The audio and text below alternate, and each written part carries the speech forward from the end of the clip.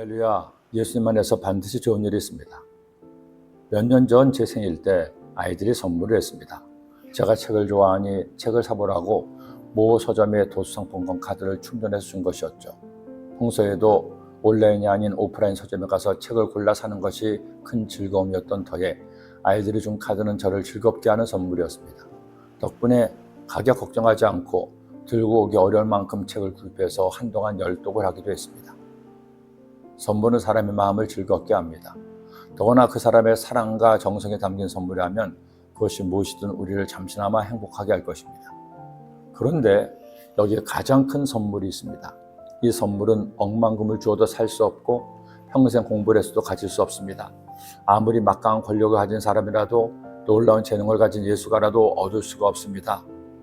그러나 우리는 모두 이미 받은 선물입니다. 어떤 선물인가요? 구원이라는 선물입니다. 하나님께서 세계 모든 민족 중에서 이스라엘 민족을 택하시고 그들에게 율법을 주셨습니다. 그 율법으로 이스라엘과 하나님은 언약을 맺었습니다. 하나님의 법대로 살면 복을 주시고 법대로 살지 않으면 징계와 심판이 있을 것임을 약속한 겁니다. 그런데 이스라엘 민족은 하나님과 약속을 지키지 않았습니다. 하나님 말씀대로 살지 않다가 결국 심판받아 나라는 멸망당하고 오랜 세월 그들을 구원할 메시아만을 기다리고 있었습니다. 그런 그들에게 하나님께서 약속하신 메시아 구원자 예수 그리스도를 보냈습니다. 그러나 예수님은 그들의 생각대로 이스라엘의 구원자만으로 오신 것이 아니었습니다.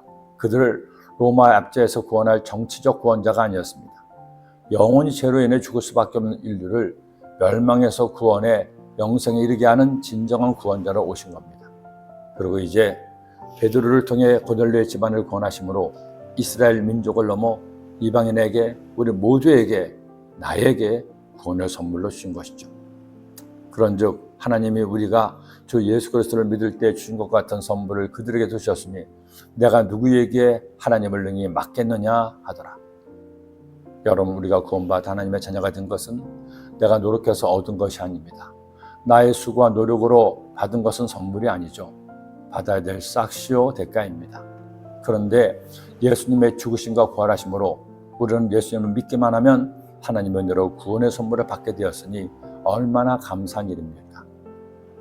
예수님께서 당신의 생명으로 값을 지불하시고 주신 이 구원의 선물을 나에게도 주셨으니 우리가 내가 할 일은 오직 한 가지, 주님께 감사한 것뿐입니다. 살면서 힘든 때도 있고 실패하고 병들어 고통을 당하기도 합니다. 그러나 성도 여러분, 우리는 이미 가장 귀한 선물, 구원의 선물을 받았습니다. 그러니 오늘도 내일도 매일매일을 감사로 시작하고 감사로 잠들지 않겠습니까? 주님이 당신을 구원하셨습니다. 기도드립니다. 하나님 아버지, 우리는 가장 값비싸고 고귀한 선물을 이미 받았습니다. 예수님 믿어 하나님의 자녀가 되었고 영원한 생명을 선물로 받았으니 이제 언제나 감사하며 사는 저희 모두가 되게 하여 주옵소서. 예수님의 이름으로 기도드립니다. 아멘.